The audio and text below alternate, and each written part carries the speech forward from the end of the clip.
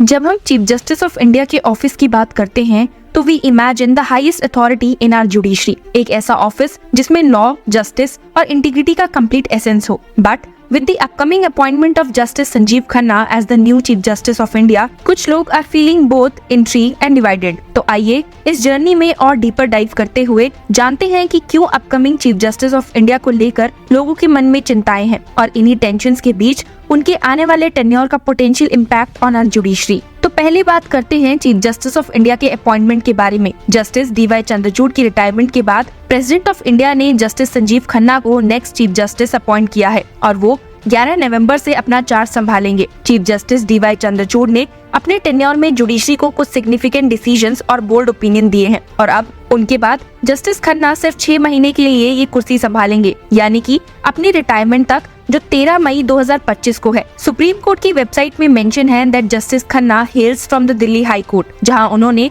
2005 में जज की पोजीशन संभाली थी। सुप्रीम कोर्ट की वेबसाइट पर दी गई इन्फॉर्मेशन के मुताबिक उन्होंने 30 हजारी कोर्ट से शुरुआत की और constitutional law, direct taxation, commercial law और कई और फील्ड्स में अपना एक्सपर्टीज बनाया। अपने दिल्ली के नेशनल कैपिटल टेरिटरी के लिए स्टैंडिंग काउंसिल सिविल का रोल निभाया और इनकम टैक्स डिपार्टमेंट के सीनियर स्टैंडिंग काउंसिल भी रहे। But what is the most intriguing aspect? Justice Khanna is actually the nephew of Justice H.R. Khanna, जिनको 1970 में एक इनफेमस डिसीजन की वजह से चीफ जस्टिस ऑफ इंडिया बनाने से डिनाई कर दिया गया था। ये डिसीजन इंदिरा गांधी गवर्नमेंट के दौरान लिया गया क्योंकि उन्होंने एडीएम जबलपुर केस में डिसेंटिंग ओपिनियन दिया था। एडीएम जबलपुर केस में जब इमरजेंसी में फंडामेंटल राइट्स को सस्पेंड करने की बात आई, तब जस्टिस एच.आर. खन्ना ने डिसेंट किया और कहा कि सिटीजन्स के राइट को बिना ड्यू प्रोसेस के सस्पेंड नहीं किया जा सकता। ये स्टैंड उनके करियर पर एक हेवी प्राइस बन गया और चीफ जस्टिस ऑफ इंडिया की पोजीशन उनके हाथ से निकल गई। एक हिस्टोरियन ने कहा, when the nation's judiciary was at crossroads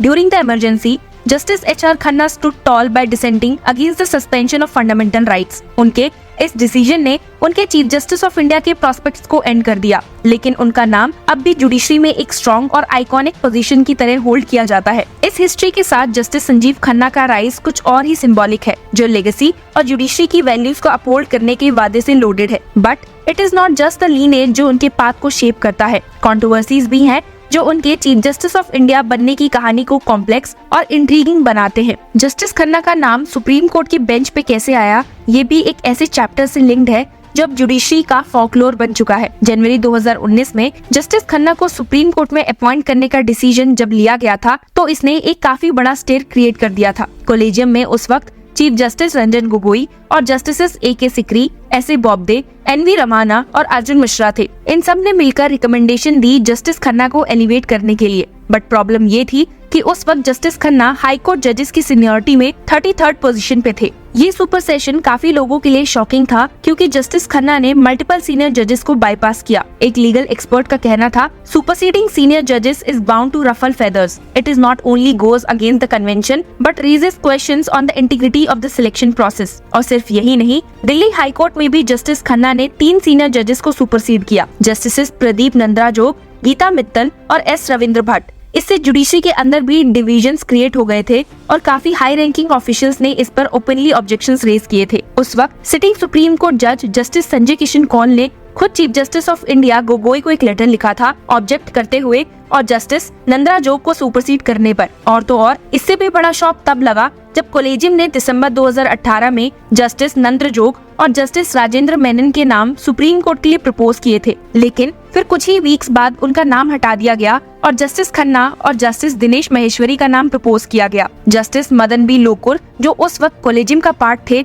उन्होंने भी बाद में एक इवेंट में कहा था that there was indeed a signed resolution to recommend Justice Nandrajog and justice Menon. ये बात उन्होंने पब्लिक को बताई और कहा कि वो इस डिसीजन के चेंज होने से डिसअपॉइंटेड थे। हालांकि जस्टिस रंजन गोगोई ने अपनी ऑटोबायोग्राफी में इस बात को एड्रेस भी किया और कहा है, I propose Justice Khanna because his elevation would mean a Chief Justice of India from Delhi High Court in 2024 after a gap of 20 years which would give him ample time to make a significant contribution to the judiciary। लेकिन ये reasoning भी कुछ legal minds को satisfy नहीं कर पाई थी। अब अगर हम जस्टिस खन्ना के कुछ आइकॉनिक जजमेंट्स और पोजीशंस की बात करें तो वो भी काफी कुछ रिवील करते हैं about his outlook towards law and judiciary की इंडिपेंडेंस। उनका एक फेमस जजमेंट 2019 में आया जब उन्होंने राइट टू इन्फॉर्मेशन एक्ट के under chief justice of India के ऑफिस को लाने का डिसीजन लिया। उनका कहना था public officials and institutions should be accountable, specially the ones interested with safeguarding democracy. इस तरह सेंट्रल विस्टा प्रोजेक्ट पे उनका डिसेंट था,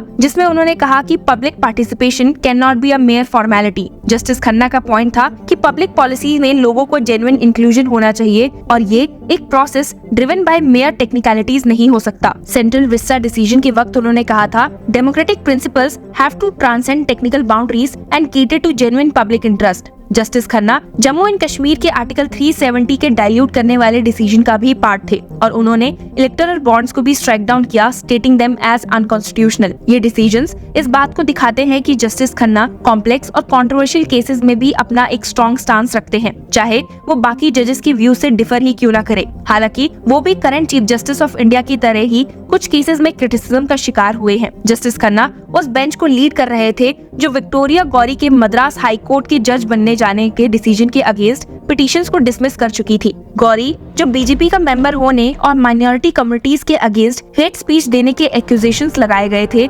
लेकिन जस्टिस खन्ना की बेंच ने कहा it would be presumptive to think that the collegium did not have complete material about Gauri when her recommendation was made। उनके ये शब्द भी काफी डिबेट का सब्जेक्ट बने, लेकिन कोलेजियम की ट्रांसपेरेंसी और अकाउंटेबिलिटी पर सवाल फिर से उठ गए। दिल्ली एक्साइज पॉलिसी केस में भी मनीष सिसोदिया को बेल डिनाई करने का जजमेंट भी जस्टिस खन्ना ने ही लिखा था और केजरीवाल के prevention of money laundering act के केस में इंटरिम बेल ग्रांट की थी, लेकिन उन्हें सीएम ऑफिस और सेक्रेटरीट जाने से रिस्ट्रिक्ट कर दिया था। इस केस का इम्पैक्ट इतना था कि केजरीवाल को इवेंचुअली रेजिग्नेशन देना पड़ा। एक सेक्सुअल हैरेसमेंट एलिगेशंस के केस में भी उन्होंने एक इम्पोर्टेंट स्टैंड लिया जब 2019 में सुप्रीम कोर्ट के chief justice of India Ranjan Gogoi पर एलिगेशंस लगाए गए थे। इस केस में एक सैटरडे को हियरिंग रखी गई थी और जस्टिस खन्ना और जस्टिस अरुण मिश्रा ने मिलकर एलिगेशंस को डिनाई किया और कहा था media should exercise restraint and responsibly decide what should be published to avoid irreparable damage to the judiciary's reputation. लेकिन अब सवाल ये है कि इतने आइकॉनिक और कंट्रोवर्शियल केसेस को हैंडल करने के बाद और चीफ जस्टिस ऑफ इंडिया की कुर्सी संभालने के बाद वो क्या इंपॉर्टेंट कॉल्स लेने वाले हैं। आपको बता दूं कि जस्टिस खन्ना को सीजीआई का ऑफिस संभालने के लिए एक हैवी केस लोड मिलने वाला है। बाकी सीजीआईज की तरह ही will also be the master of the roster और ये पावर वो कैसे यूज करेंगे वो भी उनकी लेगेसी डिफाइन करेगा। For instance marital rape exception, restitution of conjugal rights और LGBTQ+ कम्युनिटी की मैरिज इक्वालिटी केस में भी कुछ स्ट्रॉन्ग डिसीजंस एक्सपेक्टेड है। उन्होंने LGBTQ+ कम्युनिटी की मैरिज इक्वालिटी पर एक रिव्यू पिटीशन में रिक्यूज किया था, लेकिन अब सीजीआई होने के नाते ये उनकी जुरिडिक्शन में आएगा कि नई बेंच को कैसे फॉर्म किया जाए। जस्टिस संजीव खन्ना और एक नया एरा की शुरुआत कंट्रोवर्सीज के साये में और जुडिशरी के टावरिंग एक्सपेक्टेशंस के साथ। की following law chakra for more such exciting news.